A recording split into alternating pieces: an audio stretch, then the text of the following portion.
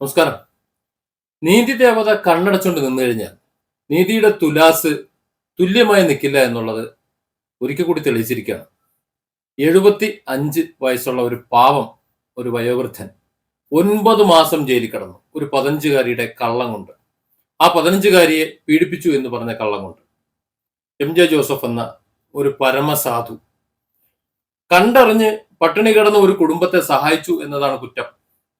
അതിൽ ആ പെൺകുട്ടി ഒരുപക്ഷെ ആരെങ്കിലുമായി സ്വാഭാവികമായി ആ പ്രായത്തിലുള്ള ഒരു പ്രണയം അല്ലെങ്കിൽ മറ്റെന്തെങ്കിലും ഉണ്ടായിരുന്നിരിക്കണം. അത് സ്വാഭാവികമാണ്, ആ പ്രായത്തിലുണ്ടാവും. അതൊരു കുറ്റമായി കണക്കാക്കുന്ന ഒരു സമൂഹമാണ് ഇപ്പോൾ.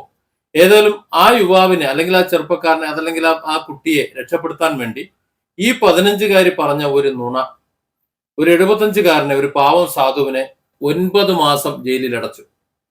ഈ 9 മാസം ജയിലിൽ കിടന്നിട്ട് അത് കണ്ടിട്ട് കരുണ തോന്നിയിട്ടാണ് അത്രേ കോടതിയിൽ വന്ന് മൊഴി മാറ്റിയത്. ഒരുപക്ഷെ മൊഴി മാറ്റി ഉള്ള കാര്യം പറഞ്ഞില്ലായിരുന്നുവെങ്കിൽ ഈ പാവം വീണ്ടും ശിഷ്ടകാലം മരണം വരെ ജയിലിൽ കഴിഞ്ഞേനെ, ജയിലിൽ കിടന്ന് മരിക്കേണ്ടി വന്നേനെ. ഞാൻ ആലോചിക്കുന്നത് ഇവിടുത്തെ നിയമ നീതി വ്യവസ്ഥതയാണ്. കുറ്റം പറയാതിരിക്കാൻ പറ്റുന്നില്ല. കോടതിയിലെത്തുന്ന തെളിവുകളും സാക്ഷികളും സാക്ഷിമൊഴികളും അതിനനുസരിച്ച് കോടതി വിധി പറയുമ്പോൾ കോടതിയിൽ എത്തുന്നത് എന്ത് എന്നത് നമ്മുടെ പോലീസ് സ്റ്റേഷനിൽ നിന്നാണ് തീരുമാനിക്കുന്നത്. ഞാൻ വിചാരിക്കുന്നത് ഹാജരാക്കുന്ന തെളിവുകൾ ഒന്ന് മര്യാദയ്ക്ക് അന്വേഷിച്ചൂടെ എന്താണ് എന്നുള്ളത്. നീതി തെറ്റാണെന്നുണ്ടെങ്കിൽ, നിയമം തെറ്റാണെന്നുണ്ടെങ്കിൽ മാറ്റി എഴുതണം. കാരണം ഒരു മൊഴി കൊണ്ട് ഒരാളെ ജയിലിലടയ്ക്കാൻ, ഒരു നിരപരാധിയെ ജയിലിലടയ്ക്കാൻ പറ്റുന്ന ഒരു നിയമത്തിന്റെ ഒരു പുസ്തകമാണ് നമ്മൾ ഇവിടെ സൂക്ഷിച്ചു വെച്ചേക്കുന്നുണ്ടെങ്കിൽ അത് മാറ്റിയെടുക്കുക തന്നെ വേണം. അല്ലാതെ ഏതെങ്കിലും ഒരു പെണ്ണ്, പേര് പെണ്ണ് എന്നായതുകൊണ്ട് മാത്രം, അല്ലെങ്കിൽ ജാതിയിൽ പെണ്ണ് ആയതുകൊണ്ട് മാത്രം അവൾ പറയുന്നത് എല്ലാം വിശ്വസിച്ചുകൊണ്ട് ജയിലിലടയ്ക്കുന്ന ഒരു കാലം ഉണ്ടല്ലോ, അത് അന്യായമാണ്. മൊഴി വാസ്തവമാണോ ശരിയാണോ എന്ന് ശരിക്കൊന്ന് അന്വേഷിച്ചിട്ട് തികച്ചും കുറ്റവാളിയാണെങ്കിൽ ജയിലടച്ചാൽ പോരെ. ഒരു പെണ്ണ് വന്ന് പറഞ്ഞാൽ അത് പ്രായപൂർത്തിയാകാത്ത ഒരു പെണ്ണാണെന്നുണ്ടെങ്കിൽ അത് അപ്പടി വിശ്വസിച്ചുകൊണ്ട് ശിക്ഷ നടപ്പിലാക്കുന്ന അല്ലെങ്കിൽ ജയിലിലടയ്ക്കുന്ന ഒരു രീതി കിരാതമെന്നേ പറയാനുള്ളൂ. 2 കേസുകളാണ് എനിക്ക് നിങ്ങളുടെ മുന്നിൽ ഈ കാര്യത്തിൽ വെക്കാനുള്ളത്. ഒന്ന് ജോസഫിൻ്റെതാണ്. അദ്ദേഹം ഒരു കുടുംബം പട്ടിണി കിടക്കുന്നു എന്ന് കണ്ടറിഞ്ഞു, അവർ സഹായിക്കാൻ പോയി, കുറച്ചൊക്കെ സഹായിച്ചു, അതൊക്കെ കഴിഞ്ഞു. അദ്ദേഹം വളരെ ചെറുപ്പം മുതൽ കഷ്ടപ്പെട്ട് ബുദ്ധിമുട്ടി ഒരുപാട് പ്രയാസങ്ങൾ അനുഭവിച്ചു വന്നാണ് ഈ വയസ്സാം കാലത്ത് എല്ലാ ബാധ്യതകളും കഴിഞ്ഞ് ഒരല്പം വിശ്രമിക്കാമെന്ന് കരുതിയപ്പോൾ പിടിച്ച് ജയിലിടുകയും ചെയ്തു.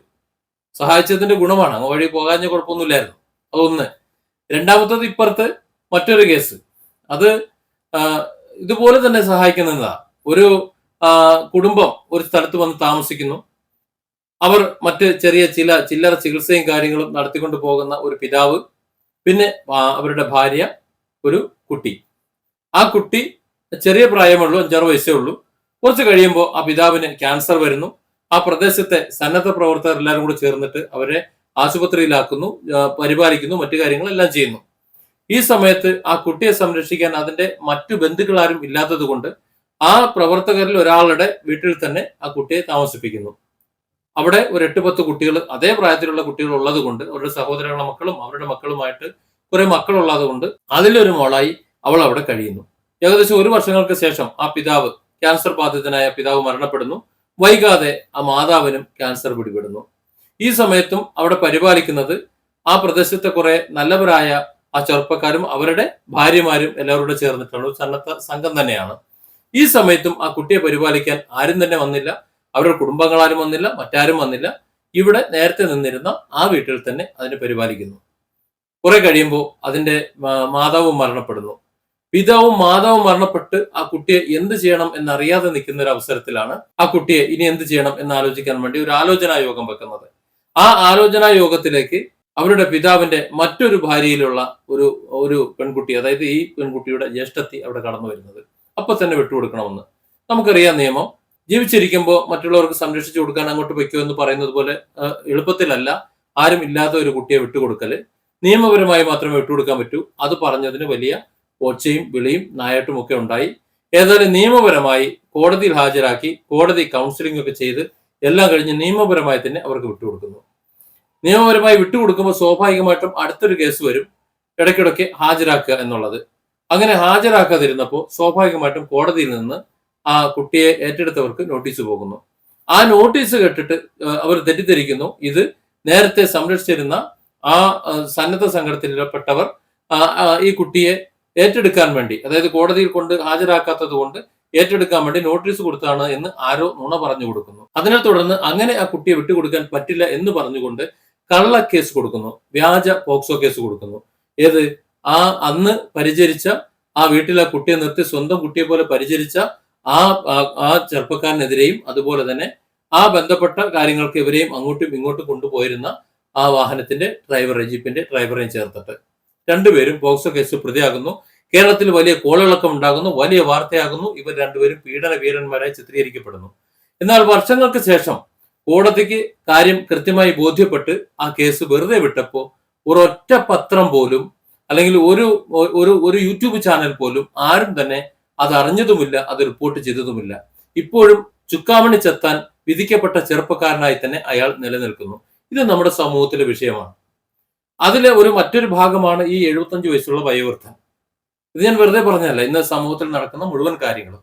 ഈ വൃദ്ധൻ ഈ പെണ്ണിന്റെ എന്താ പറയാ ഒരു ദയ തോന്നി അല്ലെങ്കിൽ കുറ്റബോധം കൊണ്ട് അതല്ലെങ്കിൽ ആരെങ്കിലും പറഞ്ഞിട്ട് ചെന്ന് കോടതിയിൽ പറഞ്ഞില്ല എന്നുണ്ടെങ്കിൽ ഇദ്ദേഹത്തിന്റെ അവസ്ഥ, ഈ ജോസഫ് എന്ന് പറയുന്ന ഈ വ്യക്തിയുടെ അവസ്ഥ ഒന്ന് ആലോചിച്ച് നോക്കും.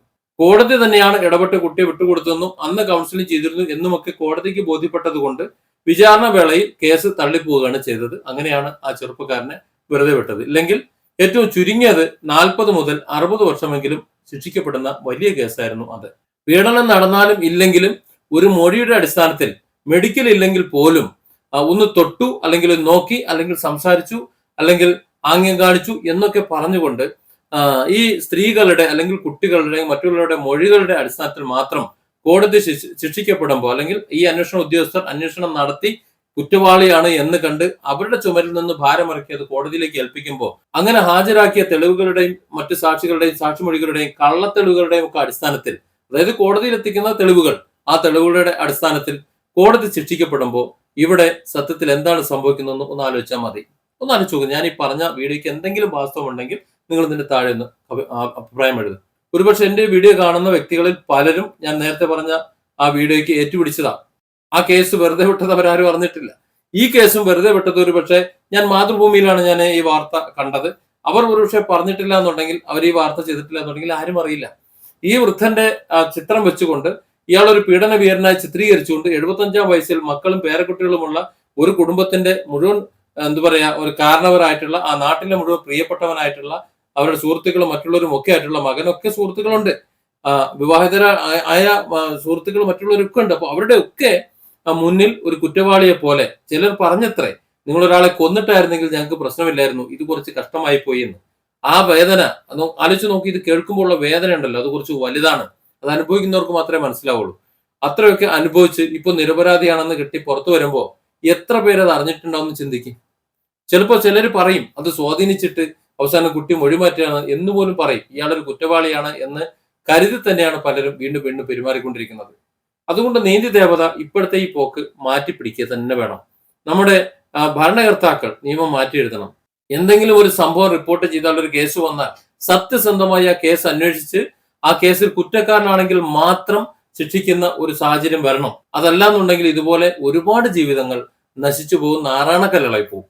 നേരത്തെ ഞാൻ പറഞ്ഞ ചെറുപ്പക്കാർ രണ്ടുപേരും അവർ പ്രതികരിക്കാൻ തയ്യാറല്ല. ഞങ്ങളുടെ ജീവിതം കോഞ്ഞാട്ടായി, ഞങ്ങളുടെ ലക്ഷക്കണക്കിന് രൂപ പോയി, ഞങ്ങളുടെ കുടുംബത്തിൽ ഒരുപാട് പ്രശ്നങ്ങളുണ്ടായി, ഞങ്ങളെ സുഹൃത്തുക്കളൊക്കെ ഞങ്ങളുടെ വിട്ടുപോയി, അങ്ങനെ ഒത്തിരി പ്രശ്നങ്ങൾ, ഞങ്ങളുടെ ബിസിനസ് പോയി, എല്ലാം പോയി, ഞങ്ങൾ സാമ്പത്തികമായും അല്ലാതെയും ഞങ്ങൾ തകർന്ന തരിപ്പണമായി കഴിഞ്ഞു.